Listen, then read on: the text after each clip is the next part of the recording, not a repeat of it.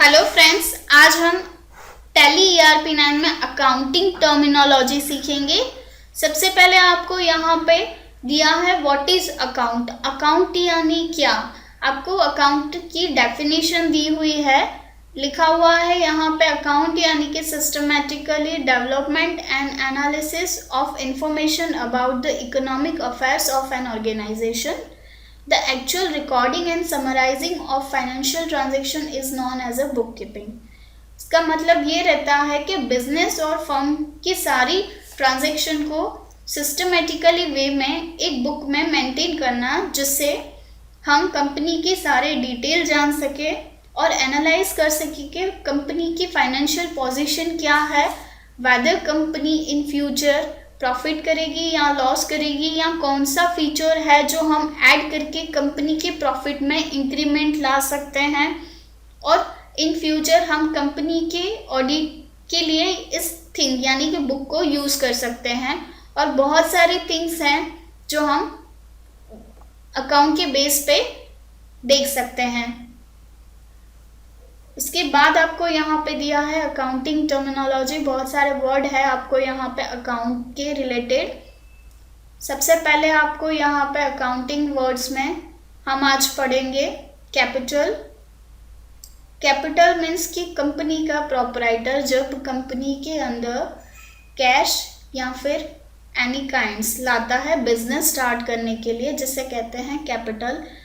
Cash और check कुछ भी हो सकता है, या फिर ऐसे भी बोल सकते हैं कि इन काइंड्स में आपको डिफरेंट काइंड्स दिए हैं, जैसे कि एसेट्स, बिल्डिंग, लैंड, फर्नीचर, जो बिजनेस को ऑपरेट करने के लिए यूज़ हो रही हैं, वो सारी थिंग्स अगर बिजनेस में कंपनी का प्रोपराइटर लाता है, जिसे हम कहते हैं कैपिटल।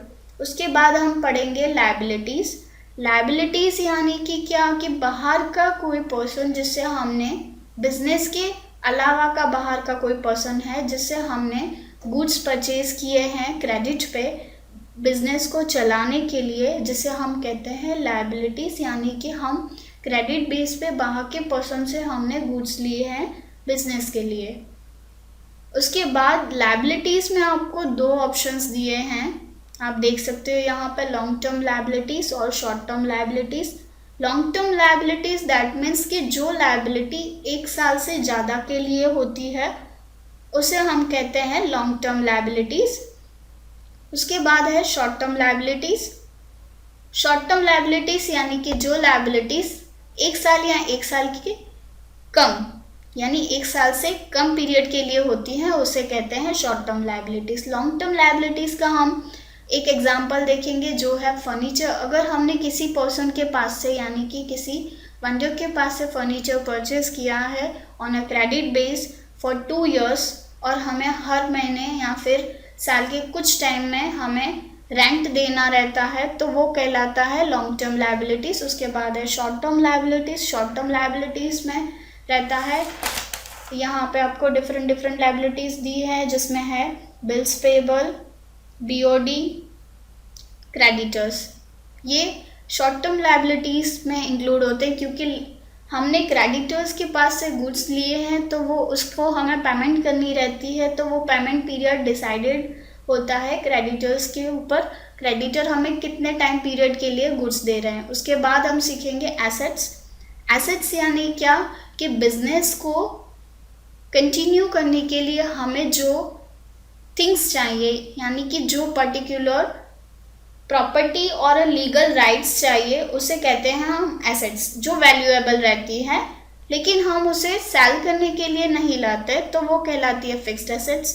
और जो एसेट्स जो हम सेल करने के लिए प्रोड्यूस करते हैं, जिसे कहते हैं हम करंट एसेट्स। आपको यहाँ पे 2 डिफरेंट टाइप्स दिए हैं, फिक्स्ड एसेट्स और करंट एसेट्स। उसमें हम फर्स्ट पढ़ेंगे फिक्स्ड एसेट्स। फिक्स्ड एसेट्स यानी क्या, कि जो लॉन्ग टर्म एसेट्स रहती है जो बिजनेस को कैरी ऑन करने के लिए परचेज की जाती हैं, जैसे कि है लैंड, बिल्डिंग, फर्नीचर, ये सारी फिक्स्ड एसेट्स कहलाती हैं। उसके बाद है करंट एसेट्स। करंट एसेट्स क्या, कि जो with in a very short time हमें उसे मनी में कन्वर्ट करते हैं, यानी उसको सेल करके हम मनी जनरेट करते हैं, उसे कहते हैं करंट एसेट्स।